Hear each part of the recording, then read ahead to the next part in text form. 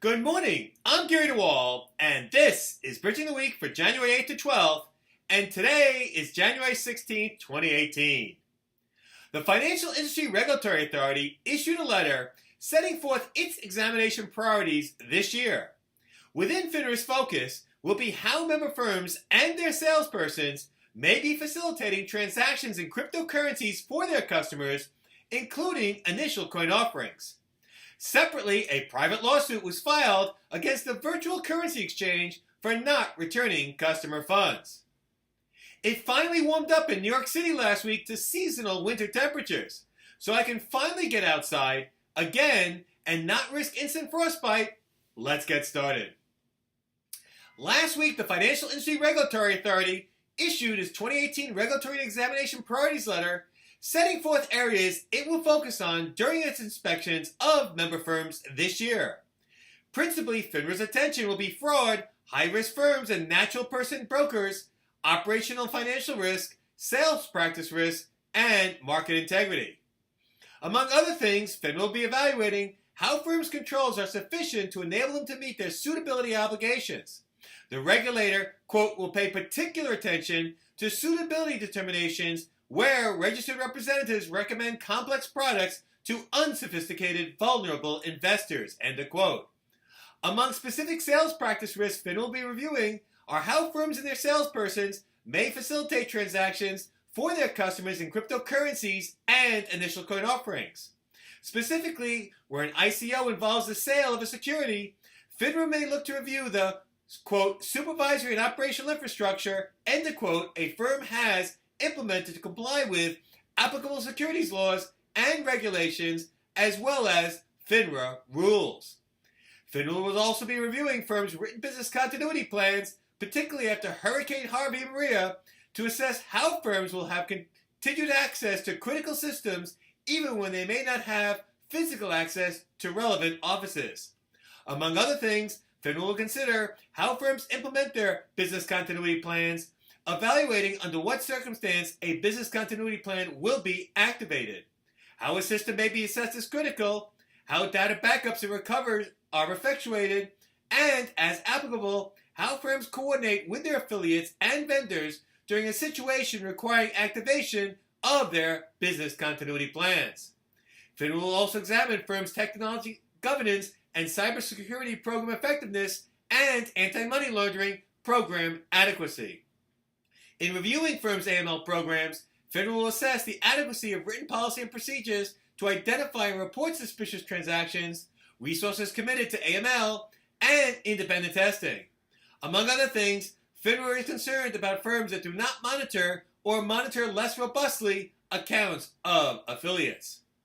FINRA encouraged members to consider its proposed 2018 priorities in conjunction with its 2017 Examination Findings Report published last December.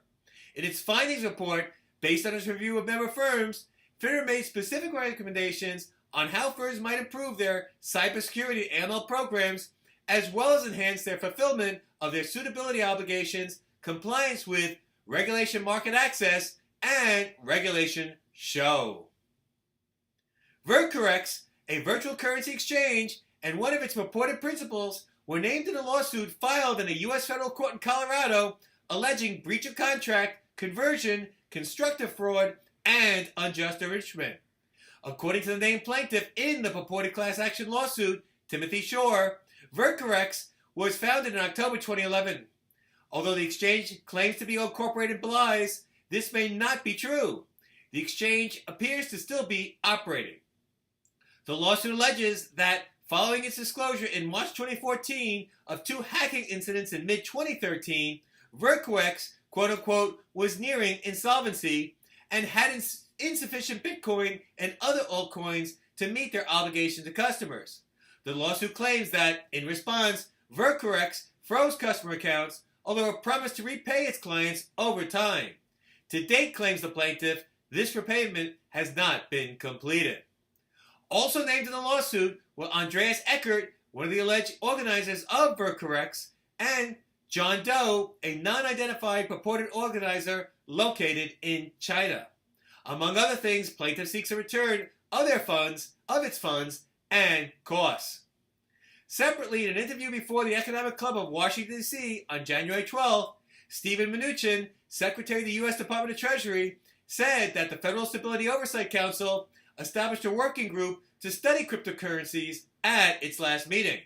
According to Mr. Muchin, quote, "We are very focused on cryptocurrencies," end of quote. Mr. Muchin said his two principal priorities regarding cryptocurrencies are to ensure, quote, "that bad people cannot use these currencies to do bad things," end of quote, and that, quote, "consumers who are trading cryptocurrencies understand the risks," end of quote, in order to avoid being hurt. He said he was not concerned at all that foreign nations such as Russia might develop their own cryptocurrencies to evade sanctions. Created under the Dodd-Frank Wall Street Reform and Consumer Protection Act, FSOC consists of representatives of 9 federal agencies and 1 independent member, and is authorized to identify and monitor excessive risks to the U.S. financial system. And finally, leaders of the Senate Committee on Agriculture, Nutrition, and Forestry encouraged the Commodity Futures Trading Commission to retaliate against the European Commission should the EC, as a result of Brexit, determine not to abide by the terms of a 2016 agreement to recognize each other's overseeing clearinghouses as being subject to equivalent regulatory oversight. According to Chairman Pat Roberts and Ranking Democratic Member Debbie Stabenow, quote, "If the EC moves away from the 2016 CFTC-EC agreement, the CFTC should review the appropriateness of the exemptions and relief it has granted to foreign entities, including clearinghouses established in the European Union," end of quote.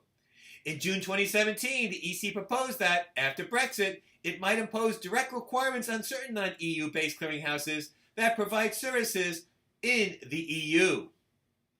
Well, that's it for this week's edition of Bridging the Week. As always, there's more information in each article and more articles on the article version of Bridging the Week on the website. Check it out. I'm Gary DeWaal. Have a great week, and until the next edition of Bridging the Week, ciao.